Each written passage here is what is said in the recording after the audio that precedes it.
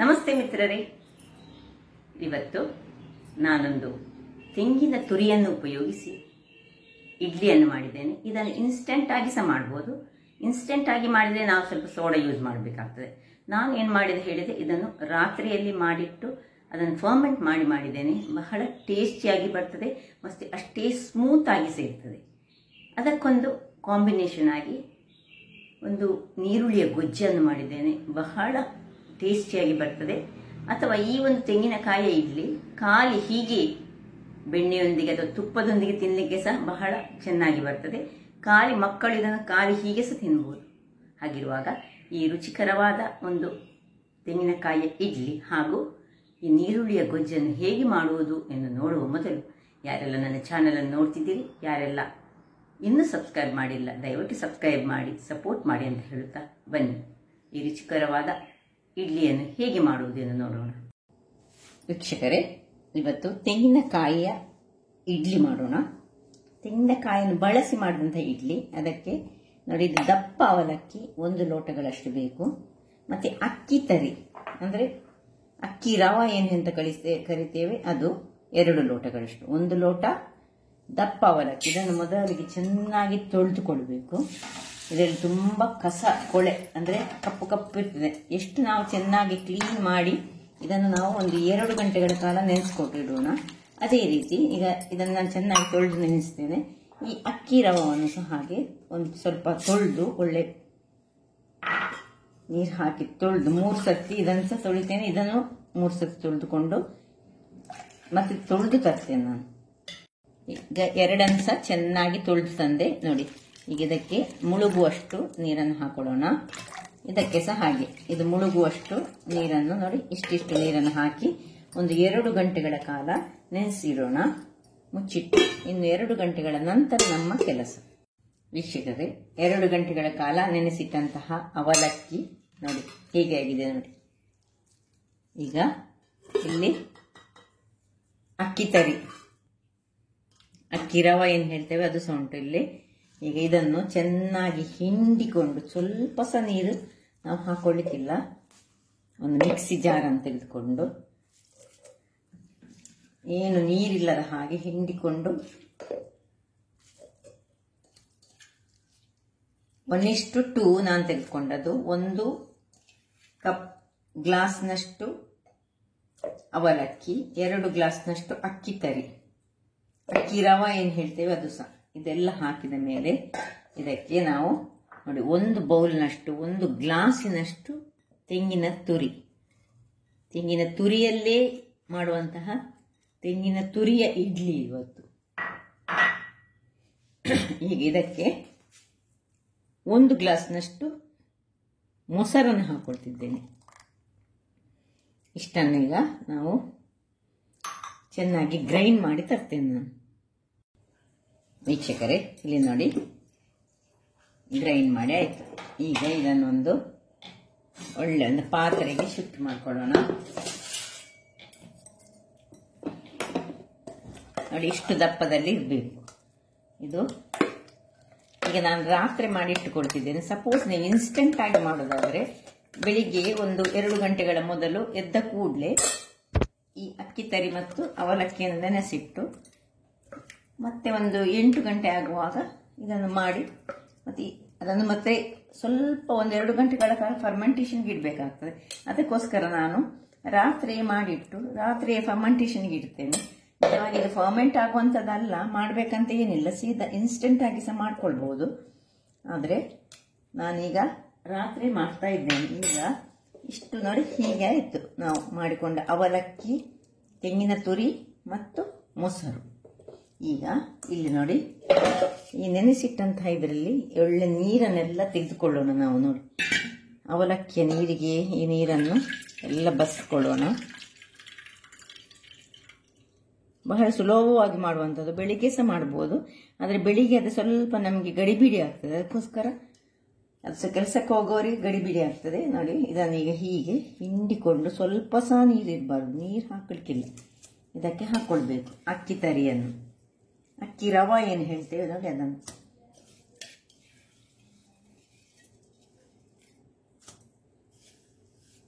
ಎಲ್ಲವನ್ನು ಹೀಗೆ ಹಾಕ್ಕೊಂಡು ಒಳ್ಳೆ ದಪ್ಪದಲ್ಲಿ ನಾವು ಕಲಡಿಸಿಕೊಂಡು ಇಡಬೇಕು. ಇಲ್ಲ ನೀರು ಮಾಡಿಕೊಂಡು ತಿನ್ನ. ನಾಳೆ ಆಗುವಾಗ ಅದು ಸ್ವಲ್ಪ ನಾವು ಮೊಸರು ಹಾಕಿಟ್ಟದಲ್ಲ, ಅದು ಸ್ವಲ್ಪ ನೀರಾಗ್ತದೆ. ಈಗ ಇಲ್ಲಿಗೆ ಈ ಹೊತ್ತಿನಲ್ಲಿ ನಾವು ಸ್ವಲ್ಪ ಉಪ್ಪನ್ನು ಸಹ ಇಲ್ಲಿ ಹಾಕೊಳ್ಬೋದು, ಅಥವಾ ನಾಳೆ ಬೆಳಿಗ್ಗೆ ಸಹ ಉಪ್ಪನ್ನು ಹಾಕೊಳ್ಬೋದು, ಹೇಗೆ ಸಹ ಆಗ್ತದೆ. ನಿಮಗೆ ಬೇಕಿದ್ರೆ ಈಗ ಹಾಕೊಳ್ಳಿ. ಈಗ ಹಾಕೊಂಡ್ರೆ ನಮಗೆ ನಾಳೆ ಬೆಳಿಗ್ಗೆ ಈ ಸೋಡಾ ಎಲ್ಲ ಹಾಕೊಳ್ಬೇಕಂತ ಬರುವುದಿಲ್ಲ. ಈ ಉಪ್ಪನ್ನು ಹಾಕಿದ್ರೆ ಸ್ವಲ್ಪ ಉಬ್ಬುವುದು, ಅಂದ್ರೆ ಫರ್ಮೆಂಟೇಷನ್ ಚೆನ್ನಾಗಿ ಬರ್ತದೆ. ನಾನೀಗ ಉಪ್ಪನ್ನು ಸಹ ಹಾಕೊಂಡು ಒಂದು ಮುಚ್ಚಳವನ್ನು ಮುಚ್ಚಿ ಇದನ್ನು ನಾಳೆ ಬೆಳಗಿನ ತನಕ ಹೀಗೆ ದಪ್ಪವೇ ಇರಬೇಕಿದು.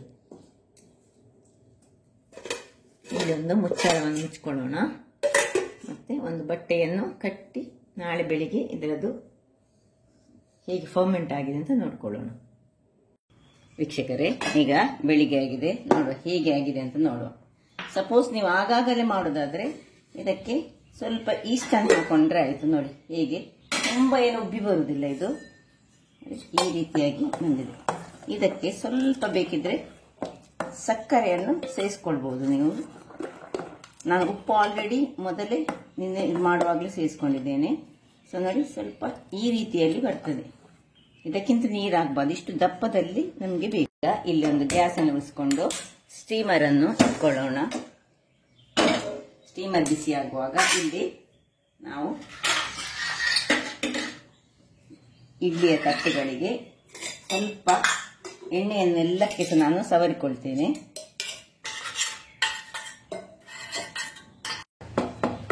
ಈಗ ಒಂದೊಂದಕ್ಕೆ ಇಲ್ಲಿ ಬೇಕಿದ್ರೆ ನೀವು ಕೂಡಲೇ ತಯಾರಿಸೋದಾದ್ರೆ ನಾನು ಹೇಳಿದೆಲ್ಲ ಸ್ವಲ್ಪ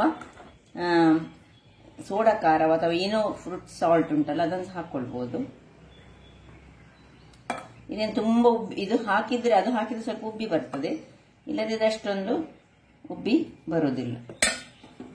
ಸೊ ಎಲ್ಲವನ್ನು ನಾನು ಹಾಕೊಂಡು ಈಗ ಸ್ಟೀಮರ್ ಅಲ್ಲಿ ಬೇಯಿಸ್ಕೊಳ್ತೇನೆ. ವೀಕ್ಷಕರೇ, ಎಲ್ಲ ನೋಡಿ ಹಾಕೊಂಡಾಯ್ತು. ಇಲ್ಲಿ ಸ್ಟೀಮರ್ ಸಹ ಬಿಸಿಯಾಗಿದೆ. ಒಂದು 15 ನಿಮಿಷಗಳ ಕಾಲ ಬೇಯಿಸೋಣ. ಬಹಳ ರುಚಿಕರವಾದ ಕೊಕೊನೆಟ್ ಅಂದ್ರೆ ತೆಂಗಿನಕಾಯಿಯ ಇಡ್ಲಿ ರೆಡಿ ಆಗ್ತಾ ಉಂಟು. ಇದಕ್ಕೊಂದು ಒಳ್ಳೆ ಗೊಜ್ಜು ಮಾಡೋಣ, ಖಾಲಿ ನೀರುಳ್ಳಿ ಗೊಜ್ಜು. ವೀಕ್ಷಕರೇ, ಈಗ ಇದಕ್ಕೊಂದು ನೀರುಳ್ಳಿಯ ಗೊಜ್ಜು ಮಾಡುವ. ಅದಕ್ಕೊಂದು ನೀರುಳ್ಳಿ ಬೇಕು, ಒಂದು ಲಿಂಬೆ ಗಾತ್ರದ ಹುಳಿ ಬೇಕು, ಮತ್ತೆ ಮೆಣಸು ಸ್ವಲ್ಪ ಖಾರ ಬೇಕಿದೆ. ಒಂದು 6 ರಿಂದ 8 ಬ್ಯಾಡಗಿ ಮೆಣಸು ಬೇಕು, ಮತ್ತೊಂದು 30 to 50 ಗ್ರಾಮ್ಸ್ನಷ್ಟು ಬೆಲ್ಲ ಬೇಕು, ಸ್ವಲ್ಪ ಉಪ್ಪು. ಈಗ ಮೊದಲಿಗೆ ಇಲ್ಲೊಂದು ಬಾಣಲೆಯನ್ನು ಇಟ್ಟುಕೊಂಡು ಮೆಣಸನ್ನು ಹುರಿದುಕೊಳ್ಳೋಣ. ನಾನು ಸ್ವಲ್ಪ ಪ್ರಮಾಣದಲ್ಲಿ ಮಾಡ್ತೇನೆ, ನೀವು ತುಂಬಾ ಪ್ರಮಾಣದಲ್ಲಿ ಮಾಡುವಾಗ ಒಂದು 10-12 ಬ್ಯಾಡಗಿ ಮೆಣಸು ಹಾಕಿದ್ರೆ ಒಳ್ಳೇದಾಗ್ತದೆ. ಈಗ ಇದನ್ನು ಸ್ವಲ್ಪ ಫ್ರೈ ಆಗಲಿ. ಇದು ಇದಕ್ಕೆ ಸ್ವಲ್ಪ ಒಂದು ತೊಟ್ಟಿನಷ್ಟು ಎಣ್ಣೆಯನ್ನು ಹಾಕೊಳ್ತೇನೆ ಫ್ರೈ ಆಗುವಾಗ.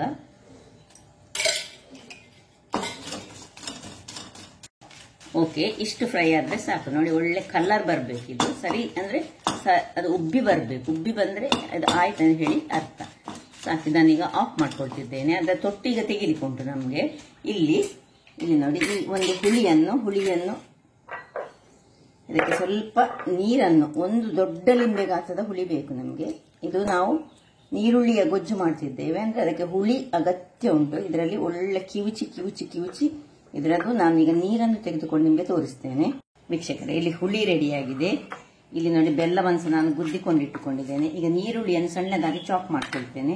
ಅದರ ಮೊದಲು ಈ ಮೆಣಸು ನೋಡಿ ಹೇಗೆ ಒಳ್ಳೆ ಫ್ರೈ ಆಗಿದೆ. ಇದನ್ನು ಮಿಕ್ಸಿಗೆ ಹಾಕೊಳ್ತಿದ್ದೇನೆ. ಸ್ವಲ್ಪ ಹುಳಿಯ ನೀರು ಹಾಕೊಳ್ಳೋಣ. ಇಲ್ಲದ್ರೆ ಮೊದಲಿಗೆ ಸ್ವಲ್ಪ ಮೆಣಸನ್ನು ಕ್ರಶ್ ಮಾಡ್ಕೊಳ್ಳೋಣ. ಇಲ್ಲದಿದ್ರೆ ಅದು ನೀರಿನೊಟ್ಟಿಗೆ ಆಗುವಾಗ ಕ್ರಶ್ ಆಗುದು. ಕ್ರಶ್ ಮಾಡಿ ಮತ್ತೆ ಹುಳಿ ನೀರು ಮತ್ತು ಬೆಲ್ಲವನ್ನು ಹಾಕಿ ನಾನೊಂದು ಪೇಸ್ಟ್ ಮಾಡಿ ತರ್ತೇನೆ. ನೋಡಿ, ಮೆಣಸಿನ ಹುಡಿ ಕ್ರಶ್ ಆಗುವಾಗ ಇದಕ್ಕೆ ಸ್ವಲ್ಪ ಉಪ್ಪನ್ನು ಹಾಕೊಳ್ಳೋಣ. ಉಪ್ಪು, ಹುಳಿಯ ನೀರು, ಬೆಲ್ಲ ಬಹಳ ಚೆನ್ನಾಗಿ ಬರ್ತದೆ. ಈ ಇಡ್ಲಿಗೆ ಅಂತ ಅಲ್ಲ, ಇದು ಯಾವುದೇ ಒಂದು ಅನ್ನದ ಜೊತೆ ಕಲಸಿ ತಿನ್ನಲಿಕ್ಕೆ ಸಹ ಈ ಗೊಜ್ಜು ಬಹಳ ರುಚಿಕರವಾಗಿ ಬರ್ತದೆ. ಈಗ ಇದನ್ನು ಗ್ರೈಂಡ್ ಮಾಡಿ ತರ್ತೇನೆ. ವೀಕ್ಷಕರೇ, ಇಲ್ಲಿ ನೋಡಿ ಈ ರೀತಿಯಾಗಿ ಬಂದಿದೆ. ಈಗ ನೋಡಿ, ನಾನು ಚೆನ್ನಾಗಿ ನೀರುಳ್ಳಿಯನ್ನು ತುಂಬಾ ಸಣ್ಣದಾಗಿ ಚಾಪ್ ಮಾಡಿ ಇಟ್ಕೊಂಡಿದ್ದೇನೆ. ಇದಕ್ಕೆ ಮಿಕ್ಸ್ ಮಾಡ್ಕೊಳ್ಳೋಣ. ಈರುಳ್ಳಿ ಹಾಕದಿದ್ರೆ ಸಹ ಆಗ್ತದೆ, ಖಾಲಿ ಸಹ ಆಗ್ತದೆ. ನಾವು ಹೇಗೆ ಮಾಡಿದ್ರೆ ಸಹ ಓಕೆ. ನೋಡಿ, ಇದಕ್ಕೆ ಸ್ವಲ್ಪ ಈ ಮಿಕ್ಸಿಗೆ ಸ್ವಲ್ಪ ಬಿಸಿ ತಣ್ಣಗಾದ ನೀರನ್ನು ಸಹ ಸೇರಿಸ್ಕೊಳ್ಳೋಣ. ತುಂಬಾ ನೀರು ಸೇರಿಸ್ಕೊಳ್ಬೇಡಿ, ಸ್ವಲ್ಪ ದಪ್ಪದಲ್ಲಿ ಇದು ಬರಬೇಕು. ಈಗ ಇಲ್ಲಿ ನಾನು ಇದಕ್ಕೊಂದು ಗಮ್ಮತ್ತಿನ ಒಗ್ಗರಣೆ ಕೊಡೋಣ. ನೋಡಿ, ಒಂದು ಚಮಚದಷ್ಟು ಎಣ್ಣೆ ಬಿಸಿ ಆಗುವಾಗ ಇಲ್ಲಿ ನೋಡಿ, ನಾನೊಂದು 2 ಬೆಳ್ಳುಳ್ಳಿಯನ್ನು ಕ್ರಷ್ ಮಾಡಿಟ್ಕೊಂಡಿದ್ದೇನೆ. ಸ್ವಲ್ಪ ಬೆಳ್ಳುಳ್ಳಿ ಸ್ವಲ್ಪ ಬ್ರೌನ್ ಕಲರ್ಗೆ ಬರುವಾಗ ಸಾಸಿವೆ, ಇನ್ನು ಸ್ವಲ್ಪ ಒಗ್ಗರಣೆ ಸೊಪ್ಪು, ಇದು ಬೇಕಿದ್ರೆ ಇನ್ನೊಂದು ಬೇಕಿದ್ರೆ ಒಂದು ರೆಡ್ ಚಿಲ್ಲಿ, ಬ್ಯಾಡಿಗೆ ಒಂದು ಚಿಲ್ಲಿಯನ್ನು ಸಹ ಹಾಕೊಳ್ಬಹುದು. ನಾನು ಹಾಕ್ತಾ ಇಲ್ಲ. ಸ್ವಲ್ಪ ಸಾಕು. ಇದನ್ನು ಅದಕ್ಕೆ ಶಿಫ್ಟ್ ಮಾಡ್ಕೊಳ್ಳೋಣ. ಬಹಳ ಕ್ವಿಕ್ಕಾಗಿ ಮಾಡುವಂತಹ, ಪಟಾಪಟನೆ ಮಾಡುವಂತಹ ಒಂದು ಗೊಜ್ಜು. ಇದನ್ನು ಇಡ್ಲಿಯಲ್ಲಿ ಸಹ ತಿನ್ಬಹುದು, ಗಂಜಿಯೊಟ್ಟಿಗೆ ಸಹ ತಿನ್ಬಹುದು, ಅಥವಾ ಇದನ್ನು ನೀವು ಹೀಗೆ ಅನ್ನದೊಟ್ಟಿಗೆ ಸಹ ಕಲಸಿಕೊಂಡು ತಿನ್ಬಹುದು. ಬಹಳ ರುಚಿಕರವಾಗಿ ಬರುವಂತಹದ್ದು. ಇದು ಹೆಚ್ಚಾಗಿ ನಮ್ಮ ಕರಾವಳಿಗರಲ್ಲಿ ಮಾಡ್ತಾರೆ. ನನ್ನ ಅತ್ತೆ ಯಾವಾಗಲೂ ಇದನ್ನು ಹೆಚ್ಚಾಗಿ ಸೈಡ್ ಡಿಶ್ ಆಗಿ ಅನ್ನದೊಟ್ಟಿಗೆ ಮಾಡ್ತಿದ್ರು. ಬಹಳ ರುಚಿಕರವಾಗಿರ್ತದೆ. ಇಲ್ಲಿ ನೋಡಿ, ಬೇಯ್ತಾ ಉಂಟು. ಒಂದು 10 ನಿಮಿಷ ಕಳೆಯಿತು, ಒಂದು 5 ನಿಮಿಷ ಆಗಲಿ. ವೀಕ್ಷಕರೇ, 20 ನಿಮಿಷ ಕಳೆದಿದೆ. ಈಗ ಇದನ್ನು ಆಫ್ ಮಾಡಿಕೊಂಡು ಇದನ್ನು ಸ್ವಲ್ಪ ತಣ್ಣಗಾಗ್ಲಿಕ್ಕೆ ನಾವು ಬಿಡೋಣ. ವೀಕ್ಷಕರೇ, ಇಲ್ಲಿ ನೋಡಿ ಹೀಗೆ ಬರ್ತದೆ ನೋಡಿ. ಎಲ್ಲ ತೆಂಗಿನ ತುರಿಯ ಹಾಗೆ ಉಂಟು, ಗ್ರೇಟೆಡ್ ತೆಂಗಿನ ತುರಿಯ ಹಾಗೆ.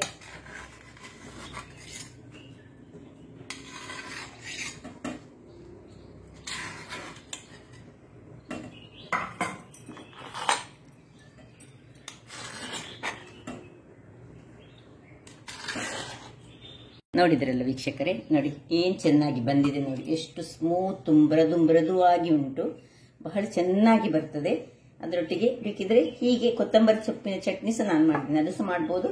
ಈ ಗೊಜ್ಜನ್ನು ಸಹ ಯೂಸ್ ಮಾಡಬಹುದು, ಅಥವಾ ಖಾಲಿ ಇದನ್ನು ಸಹ ತಿನ್ಬಹುದು. ಸಕ್ಕರೆ ಒಟ್ಟಿಗೆ ತಿನ್ಬಹುದು, ಅಥವಾ ಬೆಣ್ಣೆ ಒಟ್ಟಿಗೆ ತಿನ್ಬಹುದು.